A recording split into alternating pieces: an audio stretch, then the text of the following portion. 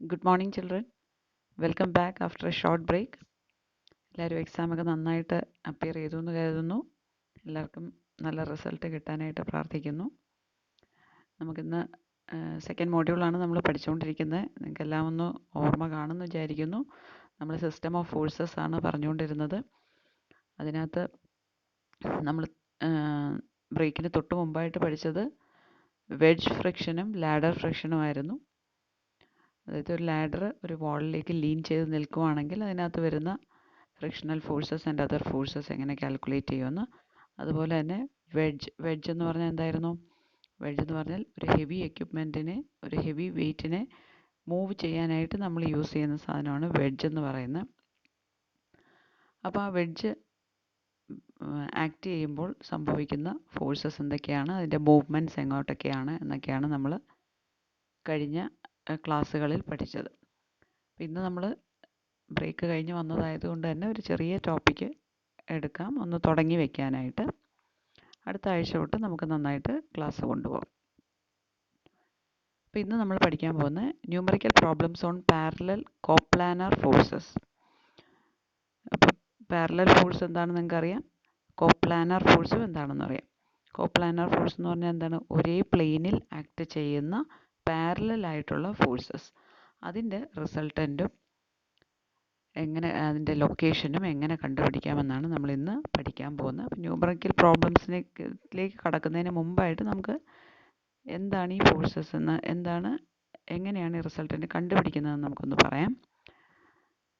So parallel coplanar forces can be completely defined by magnitude, direction and point of application of the force.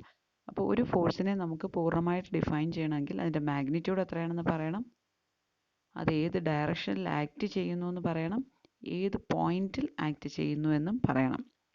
ഈ മൂന്ന് കാര്യങ്ങൾ കൊണ്ടാണ് ഒരു ഫോഴ്സിനെ നമുക്ക് പൂർണ്ണമായിട്ടും ഡിഫൈൻ ചെയ്യാൻ പറ്റുന്നത്.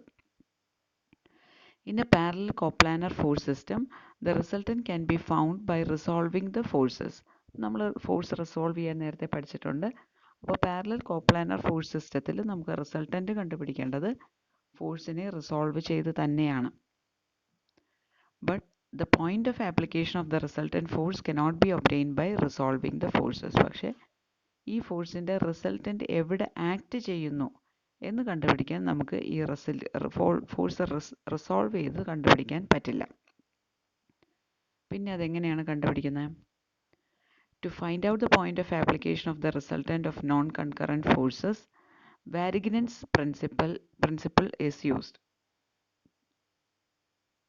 അപ്പം നമ്മൾ പറഞ്ഞുകൊണ്ടിരിക്കുന്നത് പാരലൽ കോപ്ലാനർ ഫോഴ്സസ് ആണ്. കോപ്ലാനർ എന്ന് പറഞ്ഞാൽ ഒരേ പ്ലെയിനിൽ ആക്ട് ചെയ്യുന്ന ഫോഴ്സസ്. അപ്പോൾ കോപ്ലാനർ ആണ്, ബട്ട് നോൺ കൺകറൻ്റ് ആണ്. നോൺ കൺകറൻ്റ് എന്ന് പറഞ്ഞാൽ എന്താണ്? ഒരേ പ്ലെയിനിലാണ്, പക്ഷേ ഇതെല്ലാം കൂടെ ഒരേ പോയിന്റിലൂടെ അല്ല പാസ് ചെയ്യുന്നത്. ഒരേ പോയിന്റിൽ പാസ് ചെയ്യുന്നതിനെ കൺകറൻറ്റ് ഫോഴ്സസ് എന്ന് പറയും.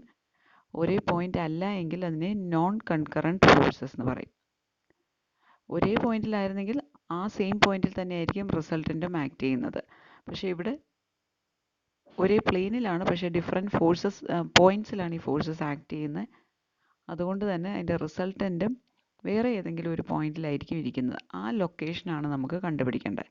അതിന് വേണ്ടിയിട്ട് നമുക്ക് Varignon's principle is used. According to this, the algebraic sum of the moments of all forces about any point should be equal to the moment of the resultant force about the same point. നമ്മൾ നേരത്തെ പഠിച്ചിട്ടുള്ളതാണ് വാരിഗ്നൻസ് principle. വാരിഗ്നൻസ് principle എന്താണ് പറയുന്നത്? Algebraic sum of the moments of all forces about a point. നമ്മൾ കുറേ forces ഉള്ള ഒരു സിസ്റ്റമാണ് consider ചെയ്യുന്നത്. അപ്പോൾ ഈ ഫോഴ്സസിൻ്റെ എല്ലാം കൂടെ മൊമെൻറ്റ്സിൻ്റെ ആൾജിബ്രൈക് സം എന്ന് പറയുന്നത് അതിൻ്റെ റിസൾട്ടൻറ്റിൻ്റെ മൊമെൻറ്റിന് ഈക്വൽ ആയിരിക്കും എന്നാണ് പറയുന്നത്. അപ്പോൾ ഈ പ്രിൻസിപ്പിൾ യൂസ് ചെയ്തിട്ടാണ് നമ്മൾ point of application of the resultant for parallel coplanar forces നമ്മൾ കണ്ടുപിടിക്കുന്നത്.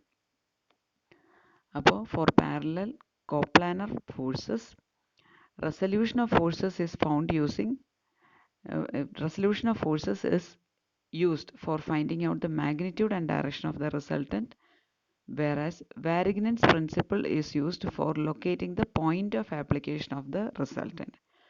അപ്പോൾ കുറേ പാരലൽ കോപ്ലാനർ ഫോഴ്സസ് ഉണ്ടെങ്കിൽ അതിൻ്റെ റിസൾട്ടൻ്റ് കണ്ടുപിടിക്കുന്നത് ഫോഴ്സിനെ റിസോൾവ് ചെയ്തിട്ടും ആ റിസൾട്ടൻ്റെ പോയിൻ്റ് ഓഫ് ആപ്ലിക്കേഷൻ കണ്ടുപിടിക്കുന്നത് വാരിഗ്നൻസ് പ്രിൻസിപ്പിൾ യൂസ് ചെയ്തിട്ടുമെന്നാണ് പറയുന്നത്. ഇനി നമുക്ക് പ്രോബ്ലത്തിലേക്ക് കടക്കാം. This is the first question. A system of parallel forces acting on a horizontal member is shown in figure. Find the magnitude, direction and position of the resultant. So ഇതാണ് ക്വസ്റ്റനിൽ figure തന്നിട്ടുണ്ട്. കുറേ forces ഇവിടെ act ചെയ്യുകയാണ്. Horizontal മെമ്പറിലാണ് act ചെയ്യുന്നത്. Find the magnitude, direction and position of the resultant. അപ്പോൾ ഇത്രയും ഫോഴ്സസിൻ്റെ resultant എത്ര വരും, അത് എവിടെയായിട്ട് ആക്ട് ചെയ്യുന്നു എന്നും കൂടെ കണ്ടുപിടിക്കണം. ഇത്രയുമാണ് കണ്ടുപിടിക്കാൻ പറഞ്ഞിരിക്കുന്നത്. ഫോഴ്സസ് നോക്കിക്കേ. സോ എ എന്ന് പറയുന്ന ഒരു ജോയിൻ്റ് ഉണ്ട്. ആ ജോയിൻറ്റിൽ നിന്ന് 1 മീറ്റർ മാറി 20 കിലോ ന്യൂട്ടൺ ആക്ട് ചെയ്യുന്നുണ്ട്. 2 മീറ്റർ മാറി 15 കിലോ ന്യൂട്ടൺ ആക്ട് ചെയ്യുന്നുണ്ട്. ഡയറക്ഷൻ ശ്രദ്ധിക്കുക. 3 മീറ്റർ മാറി 10 കിലോ ന്യൂട്ടൺ ആക്ട് ചെയ്യുന്നുണ്ട്. അപ്പോൾ ഈ സിസ്റ്റം ഓഫ് ഫോഴ്സിൻ്റെ റിസൾട്ടൻ്റ് എത്രയാണ്, അതിൻ്റെ ലൊക്കേഷൻ എവിടെയാണ് എന്നാണ് നമുക്ക് കണ്ടുപിടിക്കേണ്ടത്. അപ്പോൾ ആദ്യം നമുക്കിതിൻ്റെ റിസൾട്ടൻ്റ് കണ്ടുപിടിക്കാം. റിസൾട്ടൻ്റ് കണ്ടുപിടിക്കുന്നത് റിസോൾവ് ചെയ്തിട്ടാണെന്ന് പറഞ്ഞു. ഇവിടെ പക്ഷേ റിസോൾവ് ചെയ്യാനായിട്ട് ഇൻക്ലൈൻഡ് ഫോഴ്സസ് ഒന്നുമില്ല, എല്ലാം വെർട്ടിക്കൽ ഫോഴ്സ് തന്നെയാണ്, ഹൊറിസോണ്ടൽ ഫോഴ്സ് പോലും ഇല്ല. അപ്പോൾ നമുക്കറിയാം sigma F x will be equal to 0. അതായത് ഹൊറിസോണ്ടൽ ഡയറക്ഷനുള്ള ഫോഴ്സുകളുടെ സം അത് 0 ആയിരിക്കും. എന്തുകൊണ്ടാണ്? ഹൊറിസോണ്ടൽ ഫോഴ്സ് തന്നെ ഇല്ല. ഇൻക്ലൈൻ ഫോഴ്സ് ഉണ്ടായിരുന്നെങ്കിൽ അതിന് ഹൊറിസോണ്ടൽ കമ്പോണൻറ്റ് വന്നേനെ. ഇവിടെ ഇൻക്ലൈൻ ഫോഴ്സും ഇല്ല, എല്ലാ ഫോഴ്സും വെർട്ടിക്കൽ മാത്രമാണ്. അതുകൊണ്ട് തന്നെ ഹൊറിസോണ്ടൽ ഫോഴ്സിൻ്റെ സം എന്ന് പറയുന്നത് 0 ആയിരിക്കും. So sigma F X is equal to 0. Now sigma F Y vertical ഫോഴ്സസിൻ്റെ സം. ഇവിടെ ആകെ 3 വെർട്ടിക്കൽ ഫോഴ്സസ് ആണുള്ളത്. അതിൽ താഴോട്ട് ആക്ട് ചെയ്യുന്നതിനെല്ലാം മൈനസ് കൊടുക്കുക, മുകളിലേക്ക് ആക്ട് ചെയ്യുന്നതിനെല്ലാം പ്ലസ് കൊടുക്കുക. സോ ടോട്ടൽ എത്ര വരും? 20 താഴേക്കാണ്, so -20. 15 is upward, so +15. 10 is downward, so -10. So sigma Fy is equal to -15 kilonewton. അപ്പോൾ sigma Fx is 0, sigma Fy is -15 kilonewton. Now the resultant will be equal to root of sigma Fx square plus sigma Fy square. Sigma Fx is 0 ആണ്, sigma Fy എന്ന് പറഞ്ഞാൽ -15 ആണ്. So the resultant value will be equal to 15 kilonewton. ഇനി direction of the resultant. ഈ റിസൾട്ടൻറ്റിൻ്റെ direction എങ്ങോട്ടാണ് അത് direct ചെയ്തിരിക്കുന്നതെന്ന് നമുക്ക് ഈ സിഗ്മ എഫ് എക്സും സിഗ്മ എഫ് വൈ വാല്യൂസ് കാണുമ്പോൾ തന്നെ നമുക്കറിയാം ഇത് ഏത് ഡയറക്ഷനിലായിരിക്കും ഇരിക്കുന്നത്, അല്ലെങ്കിൽ ഏത് ക്വാഡ്രൻറ്റിലായിരിക്കും ഇരിക്കുന്നതെന്ന് നമുക്കറിയാം. ഇവിടെ നോക്കിക്കേ, സിഗ്മ എഫ് എക്സ് 0 ആണ്. അതായത് എക്സ് ആക്സിസിലെ വാല്യൂ 0 ആണ്. എക്സ് ആക്സിസിലെ വാല്യൂ 0 ആവുന്നത് എപ്പോഴാണ്? അത് വൈ ഡയറക്ഷനിൽ ആക്ട് ചെയ്യുമ്പോൾ, അല്ലെങ്കിൽ വേർട്ടിക്കൽ ഡയറക്ഷനിൽ ആക്ട് ചെയ്യുമ്പോഴാണ് എക്സ് ആക്സിസിലെ വാല്യൂ 0 ആകുന്നത്. അതുപോലെ എഫ് വൈൻ്റെ വാല്യൂ എന്ന് പറയുന്നത് മൈനസ് ആണ്. അപ്പോൾ എക്സ് 0യും വൈ മൈനസും വരണമെങ്കിൽ അത് എവിടെയായിരിക്കും ഡയറക്റ്റ് ചെയ്യുന്നത്? വെർട്ടിക്കലി ഡൗൺവേർഡ്സ് ആയിരിക്കും അത് ആക്ട് ചെയ്യുന്നത്. അപ്പോൾ ആദ്യം നമുക്ക് ആ ഡയറക്ഷൻ ഒന്ന് കണ്ടുപിടിക്കാം. Tan theta is equal to sigma F Y by sigma F X ആണ്. ഈ ഇക്വേഷനൊക്കെ നമ്മൾ ഓർത്ത് വെക്കേണ്ടതാണ്. ഇവിടെ അറിയേണ്ട രണ്ട് മെയിൻ ഇക്വേഷൻ, റിസൾട്ടൻറ്റ് കണ്ടുപിടിക്കുന്ന equation R is equal to sigma F X square plus sigma F Y സ്ക്വയറും direction of the resultant tan theta is equal to sigma F Y by sigma F X. ഈ രണ്ട് ഇക്വേഷനാണ് മെയിനായിട്ട് ഓർത്തിരിക്കേണ്ടത്. So theta is equal to tan inverse sigma F Y by sigma F x with a modulus sign. അപ്പോൾ നമ്മൾ modulus ആണ് എടുക്കേണ്ടത്, അതായത് ഇതിൻ്റെ സൈൻ എടുക്കേണ്ട കാര്യമില്ല.